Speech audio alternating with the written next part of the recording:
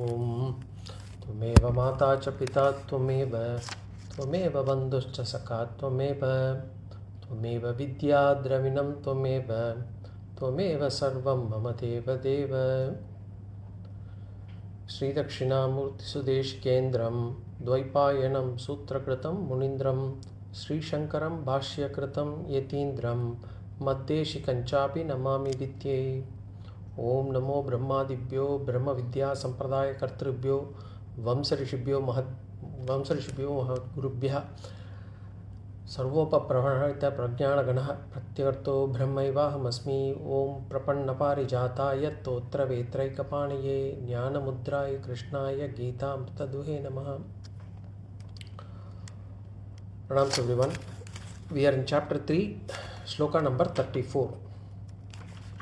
Shri Bhagavan Uvacha Indriyasyendrasyarte raaga-dvesha vyavastitau tayor navashama gachet tyauhyasya paripanthinau. So as I said, this is the continuation of the Sloka from 33. In 33, Bhagavan said, everybody will have to act or will act according to their swabhava or their prakriti. Nobody can restrain them, nobody can change another person. We will not be in a position to change anybody's swabhava. So that was in 33, and in 34 Bhagavan said,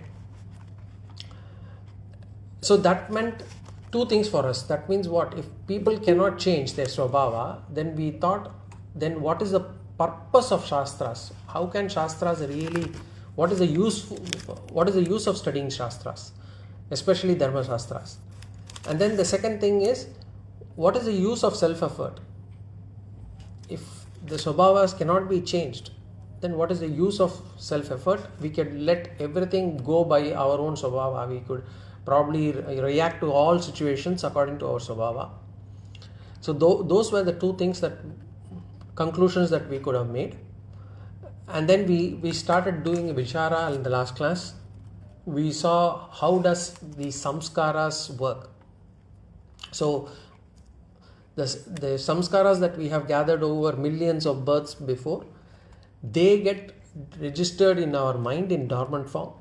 And then whenever an appropriate situation arises, those samskaras get converted or manifest themselves as raaga-dvesha, likes and dislikes.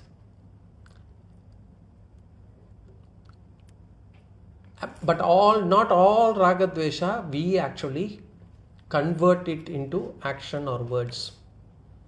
So we, at that point of time, we have a choice whether to convert the likes and dislikes into words or into action. And what are the two things that will actually help us to decide that? Our knowledge of shastras, or the shastras that we had studied, what is good, what is bad, what is right, what is wrong, the dharma shastras that we have studied, as well as our free will, our effort. Those are the things that actually decide on whether those likes and dislikes get converted into words or action.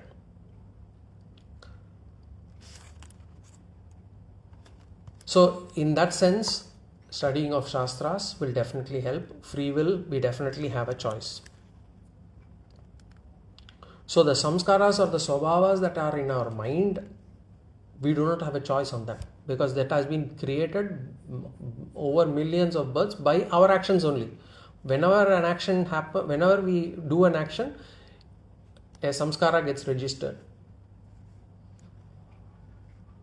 So that has been already inscribed in our mind, and we have no choice over it. And the initial raaga-dvesha that comes from those samskaras also, we do not have a choice. We do not have a choice, initial choice on the raaga-dvesha, but whether to actually encourage that or not is in our hands.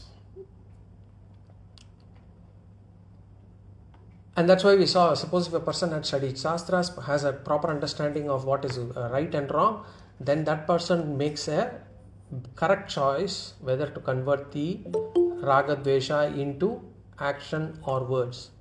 Whereas another person who has not studied shastras, he doesn't see that it is wrong and therefore lets the words come out, or he converts those raaga-dvesha into actions. So, in summary, every individual has dharma, adharma samskaras in their mind. Those samskaras exhibit at an appropriate time depending on the situation that we are in. We have the support, we have the support of the viveka, our knowledge, as well as prayatna, which is the self-effort, to convert that raga-dvesha into action.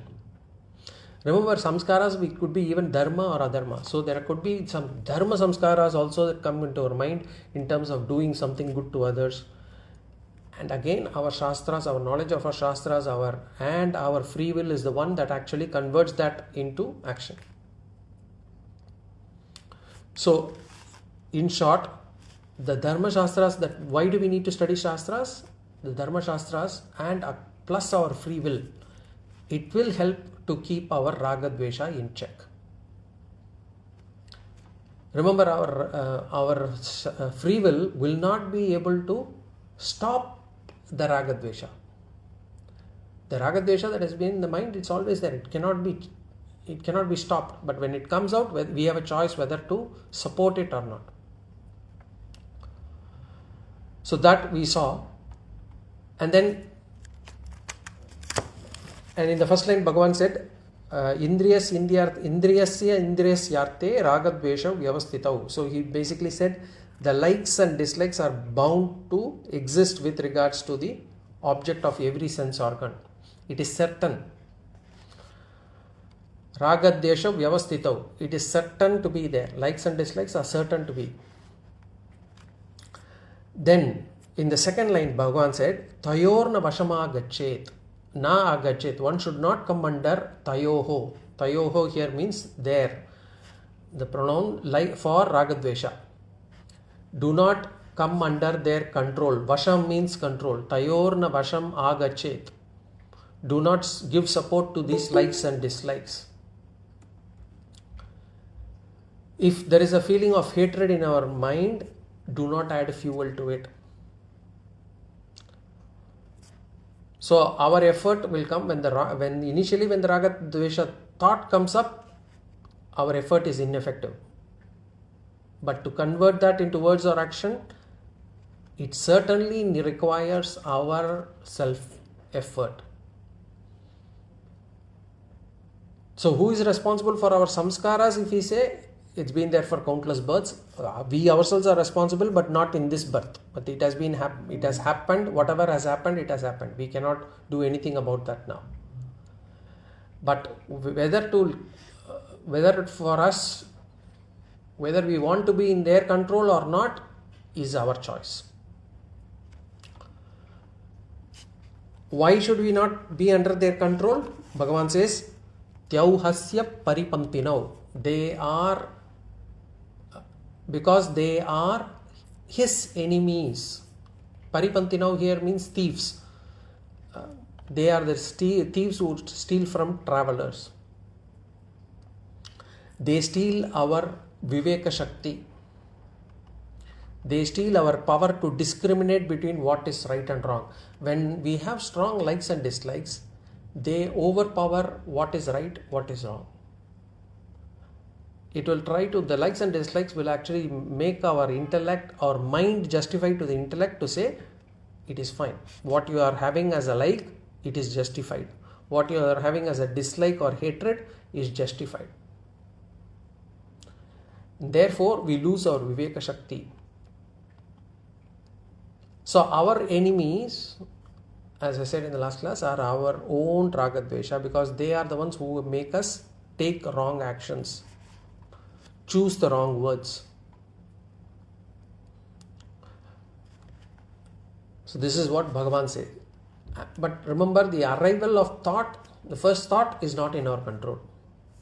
The first thought, it is dependent upon our prakriti, which was said in the previous sloka. Bhagavan said,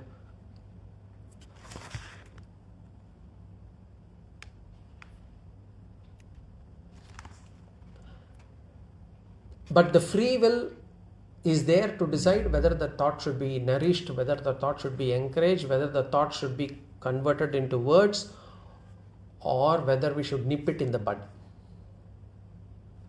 And that's why we also saw in the second chapter also, we saw that 8 steps of fall. Dhyayato vishayan pumsaha sangasteshto upajayate.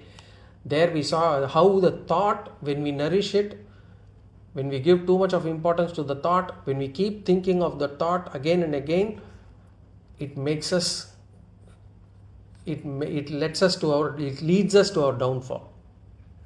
It makes us to commit mistakes and it leads us to our downfall.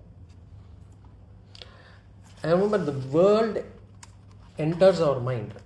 Our mind is the one which makes the world is world. How we see it depends on each person because of their mind. If the mind has these inherent thoughts of anger, jealousy, attachment, love, compassion, depending on the thoughts that the mind have, the world will look different for each person. And what happens is depends on the samskaras that are there in the mind. When the world enters our mind, it generates another thought. It generates a particular thought depending on the emotions that we have.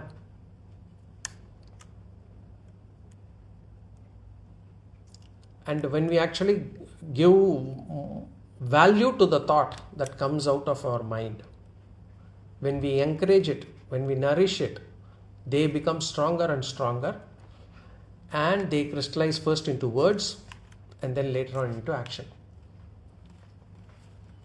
So Bhagavan says, Tayorna vashama gachet. One should not come under the spell of these thoughts.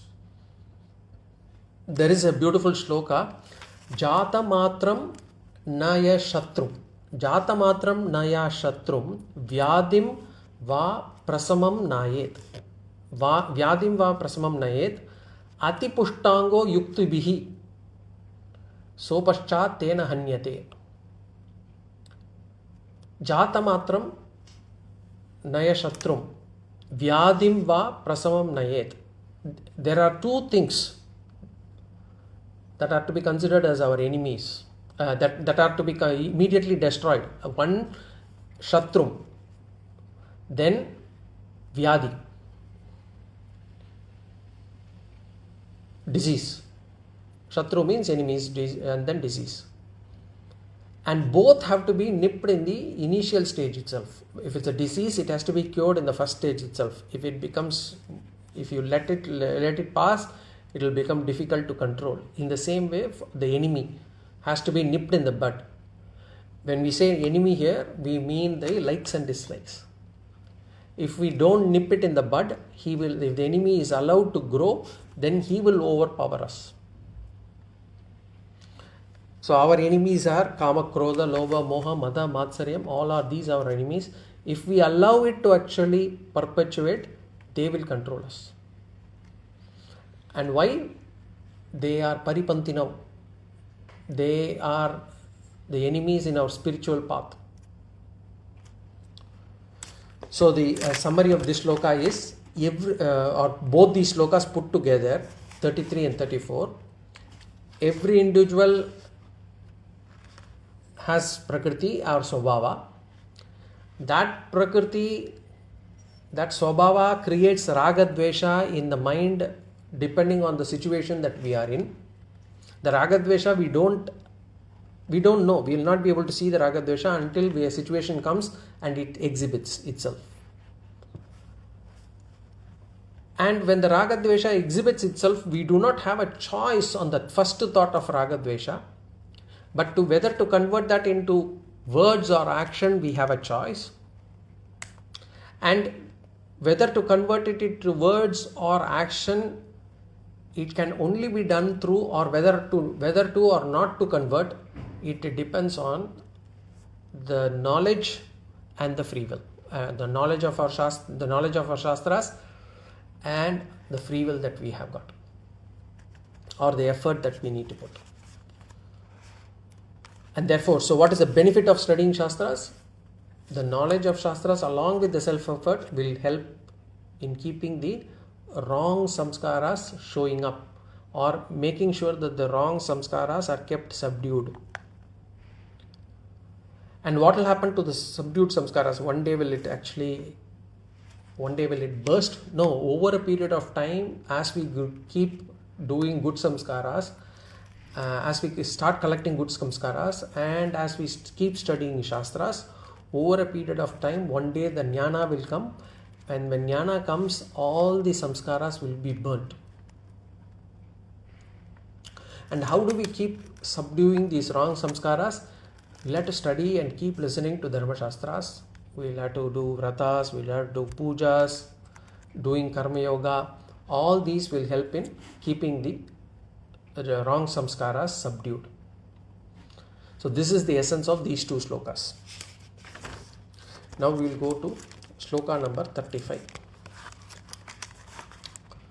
Shreyan swadharmo vigunaha paradharmat swanishtitat swadharme nidanam shreyah paradharmo bhayavah. Shreyan swadharmo vigunaha paradharmat swanishtitat swadharme nidanam shreyah paradharmo bhayavah. So here Bhagavan is expecting a doubt from Arjuna, and Bhagavan basically preempts it that by giving an answer for a doubt that Arjuna may have in his mind. So what could be the doubt that Arjuna could have got? Arjuna could think, Bhagavan, you are saying Dharma Shastras, living a life according to Dharma, that seems to be like Karma Yoga. Living a life of Dharma is Karma Yoga. Because if we summarize the Karma Yoga into one sentence, one phrase, we can say living the life according to Dharma. And therefore we should adopt Dharma in our life. And where is this Dharma stated? The Dharma is given in the Shrutis and Smritis, which is the Vedas. So Shastras have given out Dharma, and Shastras have given Dharma for sannyasas. And if Shastra, and Arjuna could think, Shastras has given out Dharmas, Shastras has given Dharma for a sannyasi also. So what is wrong in following that? Because you remember, Arjuna wants to escape from the war now. He wants to become a sannyasi so that he can escape from this war. So his thought could be, Shastras have given Dharma. Dharma is also given for sannyasis, and for sannyasis, they should not fight the war. They should actually go out. They should not be involved in all these war and warfare. And therefore, why should I not follow a sannyasi's Dharma? After all, when I follow sannyasi's Dharma, I am not doing any adharma. That it could be Arjuna's thought here. The sannyasa ashrama's Dharma is also given by Shastras. So what is wrong if I follow that? So Bhagavan is giving an answer for that in this sloka. Not that Arjuna asked, but Bhagavan knows that Arjuna could be thinking in those lines, and therefore Bhagavan gives this sloka. For us, generally speaking, what could be our doubt here? See, every individual will have their own duties, and those duties are called as Swadharma. Every individual's duties, according to whatever has been given to them, is called Swadharma. The duties of others are called as Paradharma. So Swadharma, Paradharma, both are dharmas only. For each person, their own duty is called Swadharma, and for this person, the other person's duty is Paradharma. For the person B, A's duties are Paradharma. and his own duties are Swadharma.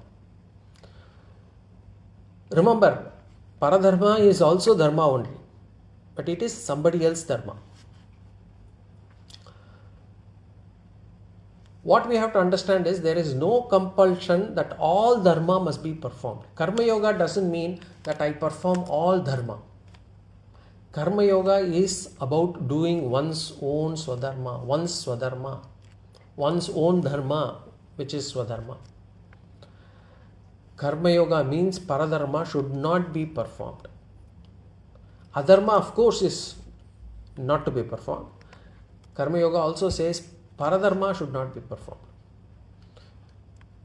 Do not do others' duties.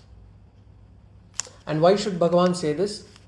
Because most of us, we do not like our own duties.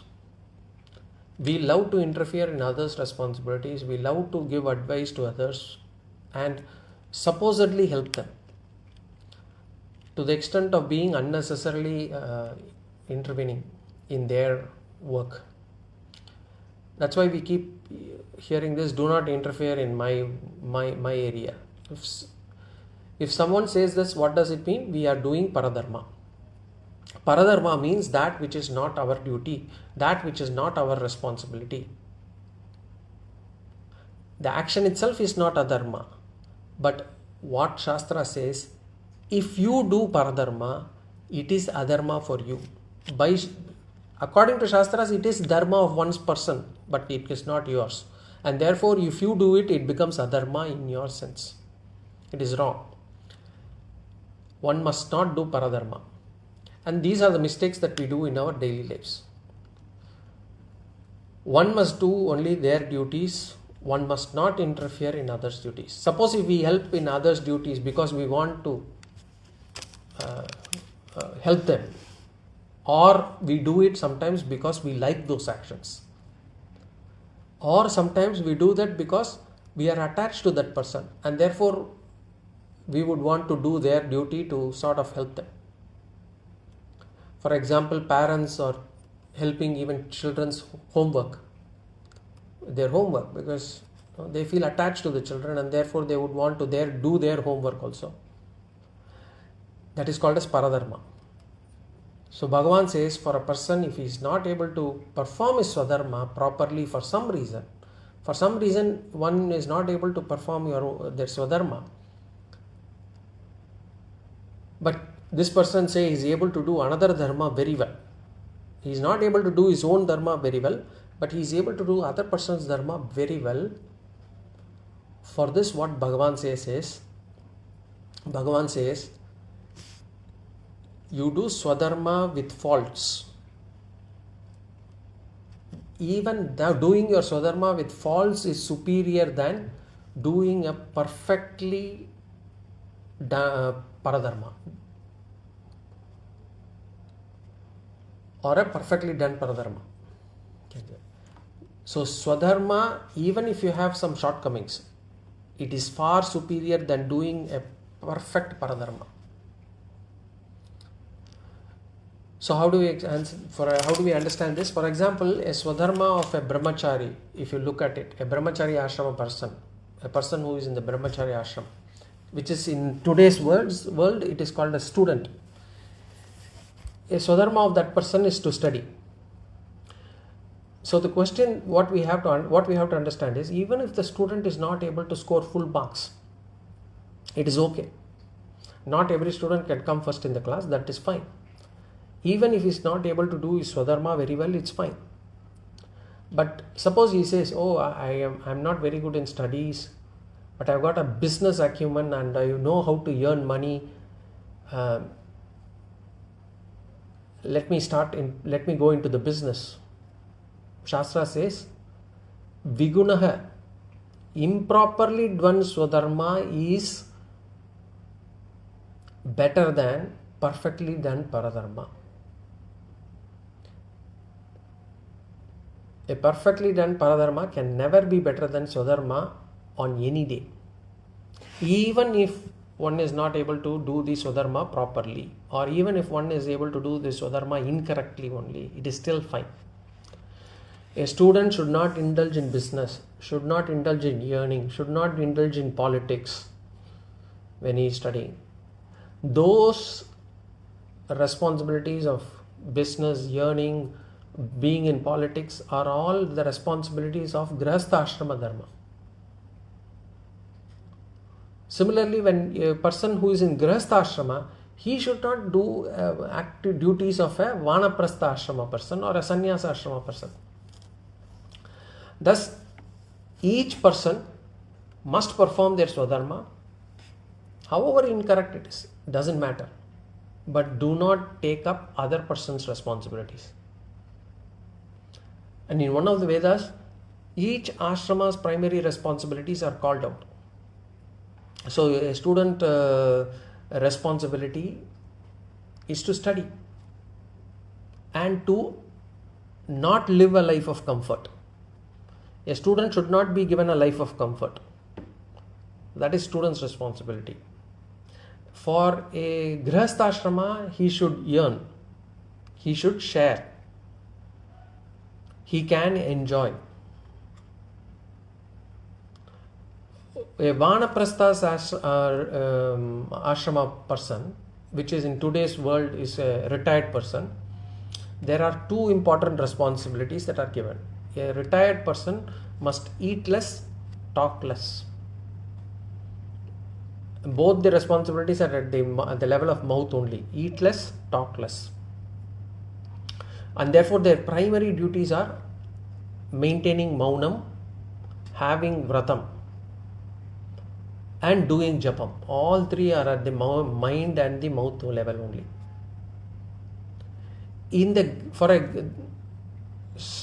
Therefore, that is the responsibility for a retired person or Vanaprastha. But today what we see is a retired person is very much active. They want to still, even after retirement, people want to earn. They go for work again. And they want to do the Grihastha Ashrama's dharma again. Shastra says that should not be done. Similarly, a sannyasi's responsibility is to study shastras, teach shastras if possible, and do tapas. So for a sannyasi, even if he is not able to teach it properly, doesn't matter. A sannyasi should not go and start earning and accumulating wealth. A sannyasi should not do anything for the sake of money. And as I said, Grihastha Ashrama, we already said, you can earn, you can enjoy, you have to share. You must share and you must do yajnas. So if you look at this, yajnas are the responsibility of Grihastha. Japam at the state of Vanaprastha, and for sannyasi it is more for tapas. So yajna, japa, tapas for at each level. So these are the swadharmas for each of these ashramas. So Shastra says it is good for each one to perform their swadharma rather than doing any paradharma. And that is at the stage of life.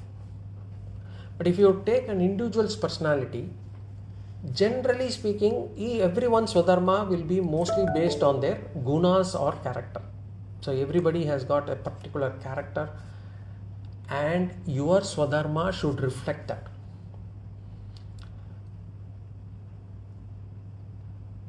So if that happens, if I am able to choose a profession, or if I am able to choose a career, or if I am able to choose a lifestyle that suits my character, then it is good.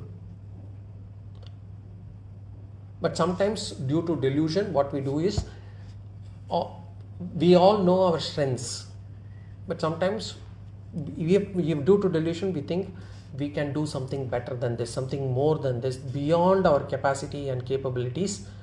That is someone else's responsibility. Say we might be looking to get promotion in the office, although we know for sure that we do not belong there, we cannot do that role, but yet we try to strive for that, we get into that, and that gets ourselves into trouble. we should not do that. In those days, there was a parampara, jobs were based on people's gunas. But in today's times, we do not get a job based on our character. Nobody is seeing our character and giving our job. But what we do is we apply for a job that gives us more money. That whichever pays us more money, we are looking to find that job. But only if we choose a profession that aligns with our character, we will be able to be successful, we will be able to be happy.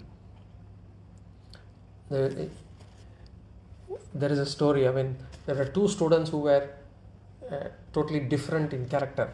One wanted to be a teacher and the other wanted to be a policeman.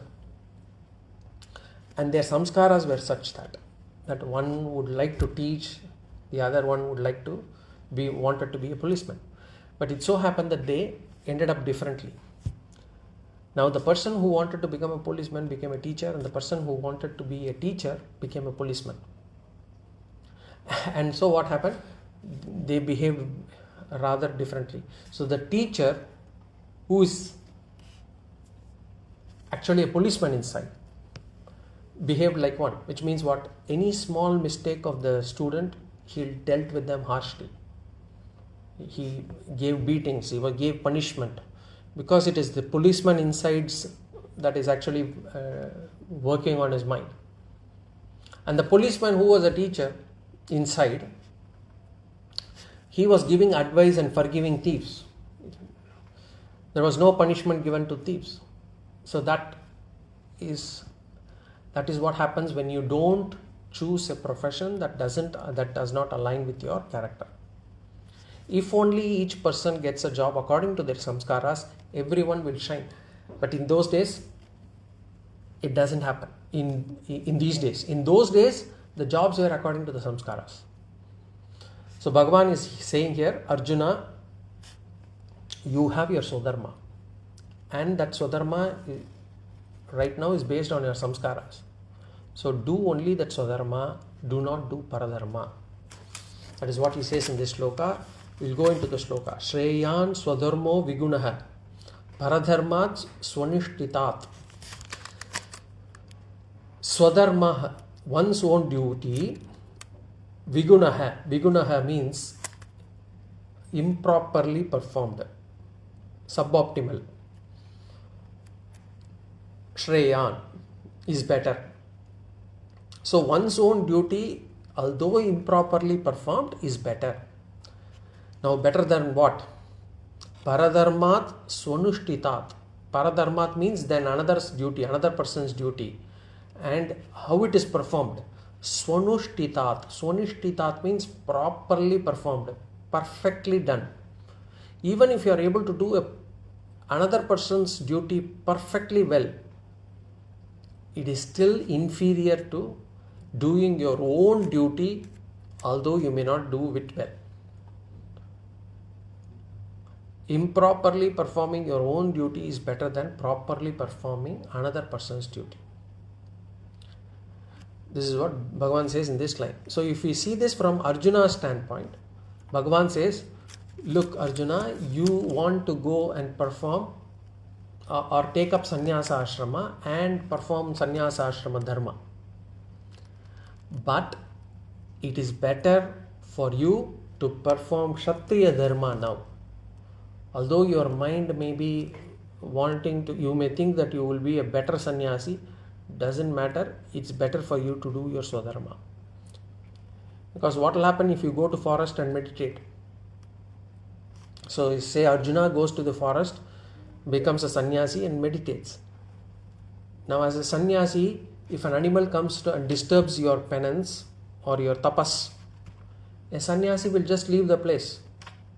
But Arjuna, given his Kshatriya samskaras, what he will do? He will immediately be searching for bow and arrow to fight and kill the animal. The samskaras will show up. So even today there are many people who have taken up sannyasa but are not able to actually live the life of some sannyasa because their swadharmas are such. So if you go to some of the ashrams, you could see some of the sannyasis doing accounting work in the ashram, or performing some other work, because those samskaras are difficult for them to overcome, and for them to be a sannyasi, true sannyasi, is difficult. So if a person wants to take up sannyasa, he should have attained a proper mental maturity before taking that up. Or else, as Swamiji says, you may become a sannyasi, you may go to Rishikesh, but then afterwards what you will be? You will become a tour guide there, or doing some Rudraksha business there, or you will even start a all sannyasis association or something. So you may end up doing something else other than what the dharma of sannyasa states. Now we come to the second line. Swadharme nidanam shreyah paradharmo bhayavaha. Swadharme nidanam shreyah. Nidanam, even death. Nidanam means even death. Swadharma, even death in one's own duty.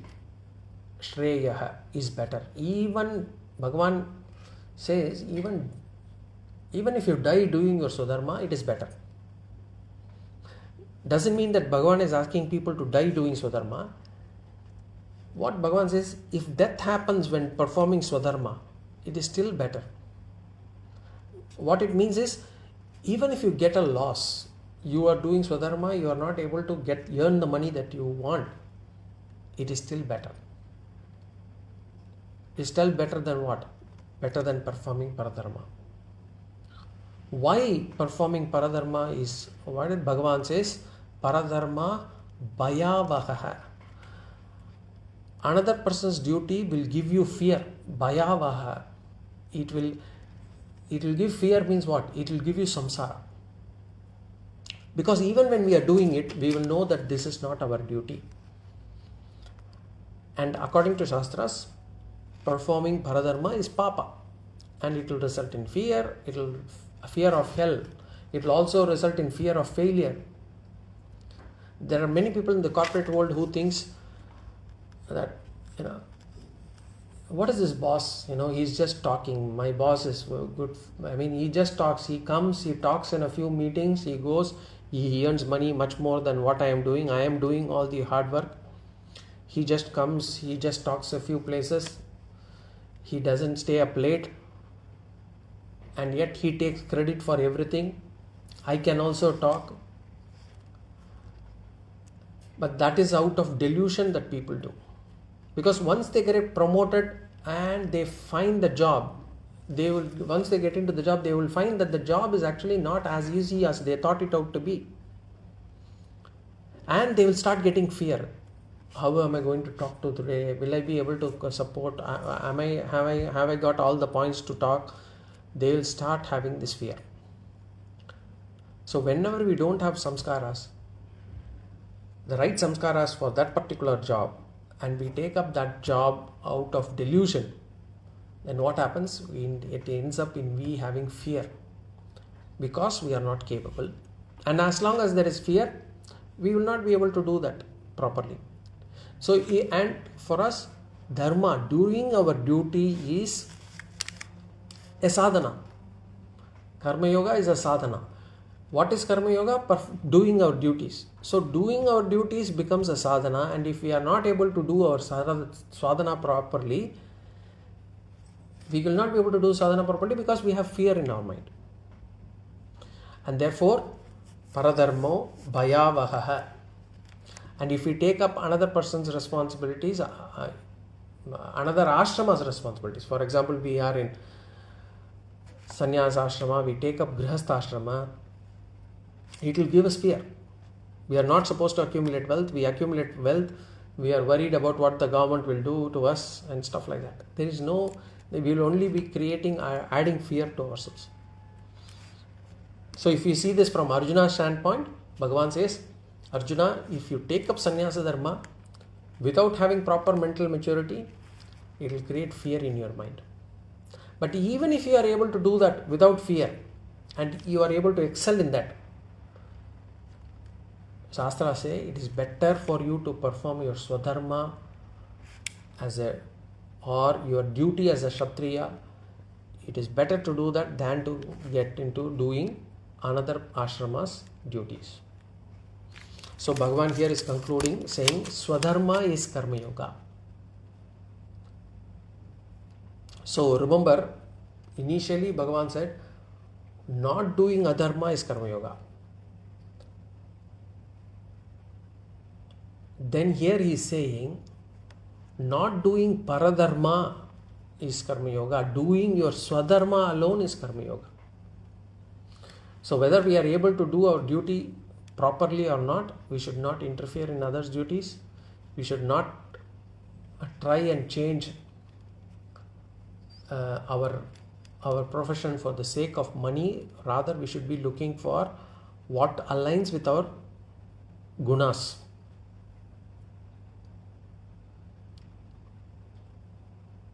And here what Bhagavan in the last 3 slokas is conveying is, we all have our gunas, our samskaras, and that it is not easy to change.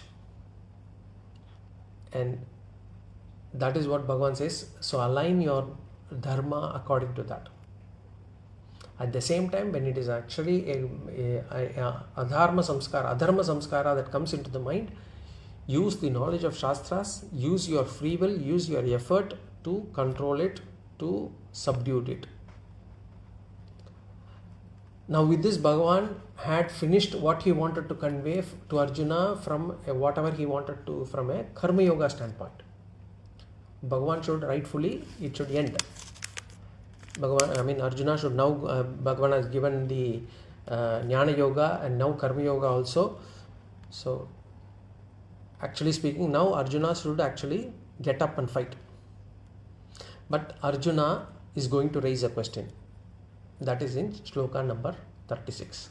So Arjuna raises a question. We will see what that question is. Sloka 36. Arjuna uvacha atakkena prayuktoyam papam charati purushah anichannapi varshneya baladiva niyojitah atakkena prayuktoyam papam charati purushah anichannapi varshneya baladiva niyojitah. So Arjuna is raising a doubt. And his doubt is, he says to Bhagavan, he says, Bhagavan, nobody likes to commit a sin. Of course, nobody likes to commit a sin. Why we say nobody likes to commit a sin? We have to understand this. When we say nobody likes to commit a sin, it means no. You know, when somebody commits a sin, it results in papa, and papa results in sorrow. Now, does anybody want to go through pain or sorrow? No. And therefore, if people know this, yet why people commit sin? Will anyone like to accumulate sins, go through pain and sorrow? No. But yet people commit sins. This is the essence of Arjuna's question. Why do people commit sin? Knowing fully well that sin will result in papa will result in pain and sorrow. And Arjuna's question is, why do they commit sin? As if they have been induced to doing it. As if somebody is actually pushing them to do it. That is Arjuna's question. If we go into Sloka, we'll see Arjuna Vacha. Arjuna asked, Atakkena prayuktoyam papam charati purushaha. Atha means then. Then, so this word denotes that a question is about to be asked. Then, rather we'll say prashnaha arabhyate. The question is about to begin. Kena prayuktah. Prompted by what? Caused by what? Kena prayuktah. Kena prayuktah. Ayam papam charati purushaha. Ayam purushaha. Ayam purushaha means this person. He is generalizing. This person means any person. Charati papam. Charati papam means commits sin. Commits the actions or does actions that result in sin, adharma. Basically, he is doing adharma. So Arjuna, here if we do the translation, atakena prayuktoyam papam charati purushaha. Prompted by what does this person commit sin? That is the question. And then he further elaborates that. Anichannapi varshneya bhaladiva niyojitaha. Anichan api. Api anichan. Api anichan means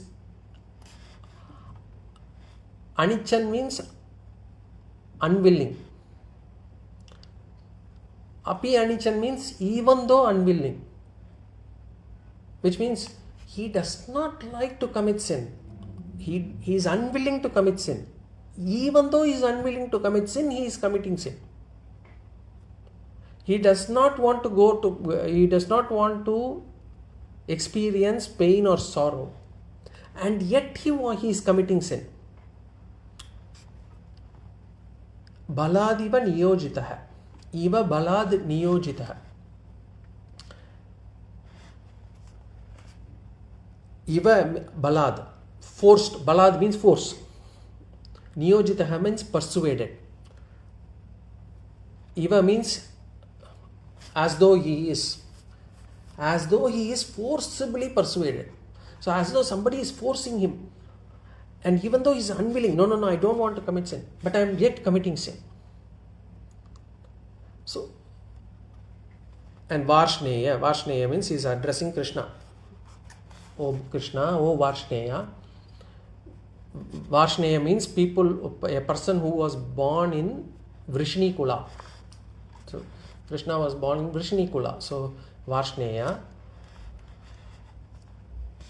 Prompted by what does this person commit sin, even though unwilling, as though he is being forcibly persuaded by somebody else? Now when we listen to this question, it seems so valid, because we see so many of us, including us, but we don't want to, we always justify our actions. Whenever we commit sin, we always justify. But whenever others do, we say, he is committing sin, he is doing a papa. But here Bhagavan says, and we want to know, why does this person behave this way? Why does this person commit this papa as though he is being forced? Why does he do that? And typically speaking, if people know that an action of adharma will result in a sin, and that sin will result in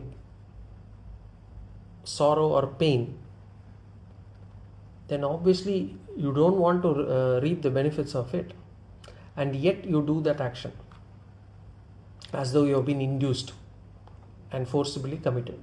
So this is the question Bhagavan answers in the Sloka number 37. Sloka number 37. Shri Bhagavan uvacha Kama yesha krodha yesha rajoguna samudbhavah mahashano mahapapma vidyenam iha vairinam.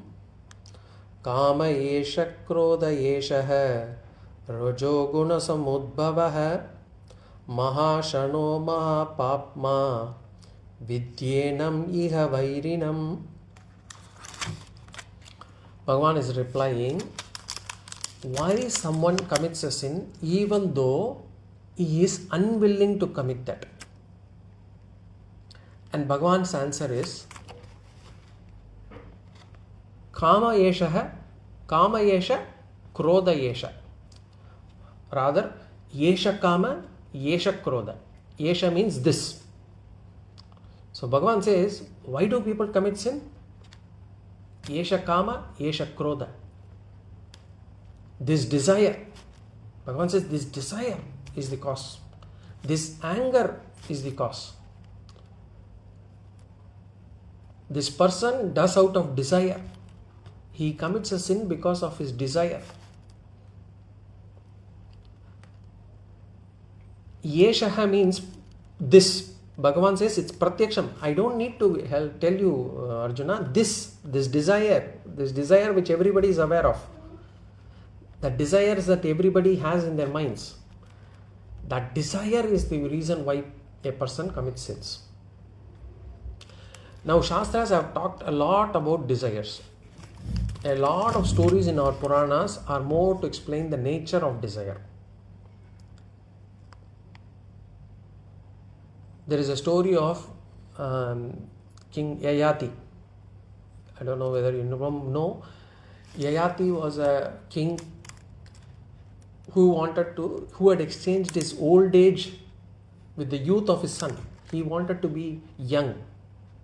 That is desire to be young. There was this desire to be young. He had lived already thousands of years. He had indulged in all sorts of desires. Because only in youth you can enjoy a lot of desires. Once we get old, we will not be able to enjoy the world as much as we enjoy it in the youth.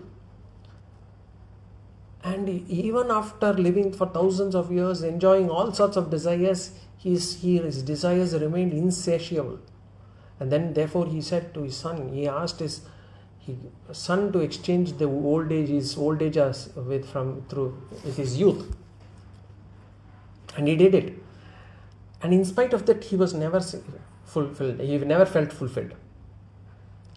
However much we try to fulfill our desires, it will only increase. And our Puranas have so many stories such like that to sort of give us the understanding of the desire's swarupa. The desire is such that it is not possible to fulfill all of them. One desire fulfills, another desire crops up. The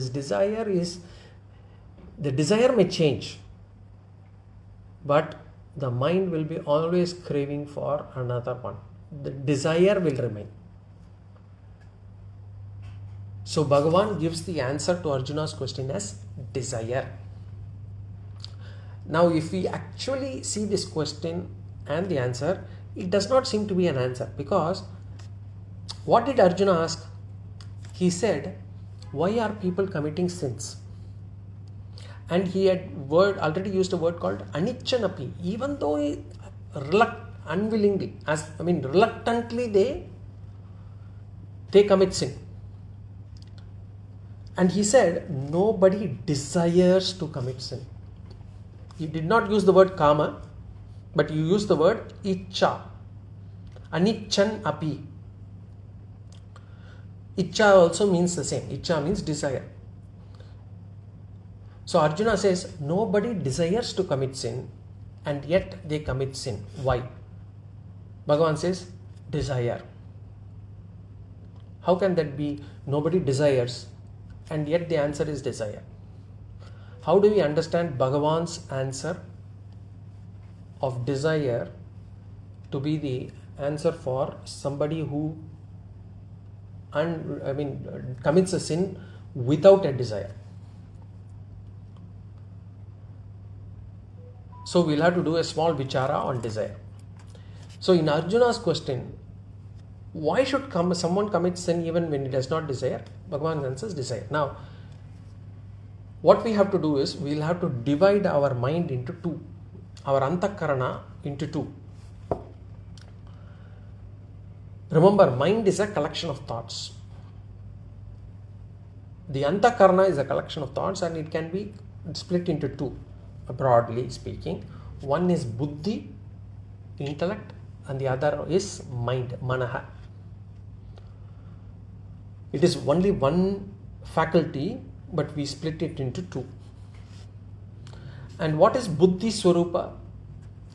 Buddhi is nishchayatatmika buddhi. Nishchayatatmika buddhi. Buddhi, or the intellect, is the one that decides. It is a rational faculty, deciding faculty, judging faculty, knowledge faculty, we can say that. It is the one which decides, nishchayatmika. What about mind? What is the manaswarupam? We say, Shastra says, sankalpa vikalpamatmakam manaha.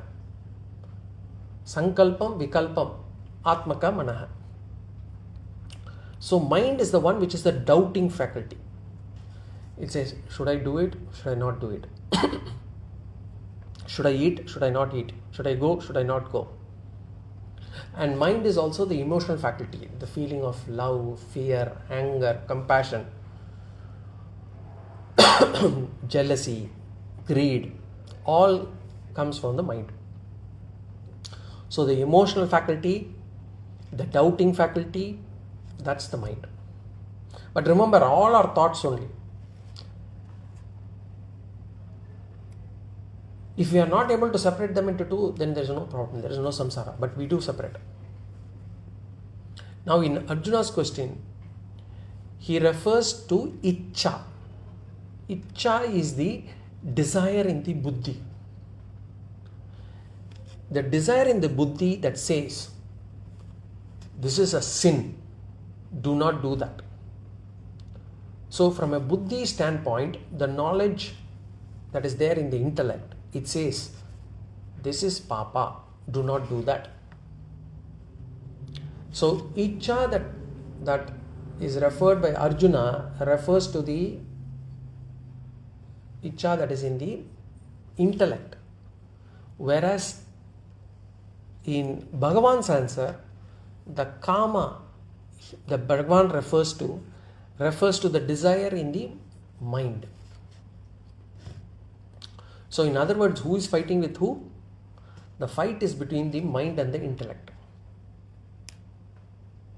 So for us, where is our war? Where is our big Mahabharata happening? Our big Mahabharata is happening between our mind and our intellect. Between our buddhi and our manaha. Buddhi says, do not do. Mind says, do. For certain good things, buddhi says, do it. Manaha says, no. That's why buddhi says, get up at 4:30 a.m. Go for a run. Do exercise. Do yogasana. Do pranayama. Buddhi says that. The next day morning, the mind says, no way. I'm not going to get up. So it is a fight between buddhi and manaha. Buddhi will say what is good from the knowledge it has gained. Manaha will decide based on its likes and dislikes, based on what is easy and comfortable. Bhagavan says, from the standpoint of buddhi, no one wants to commit a sin, but the mind, which is supposed to follow the intellect, does not follow it. More on this we will see in the next class. Any questions or comments?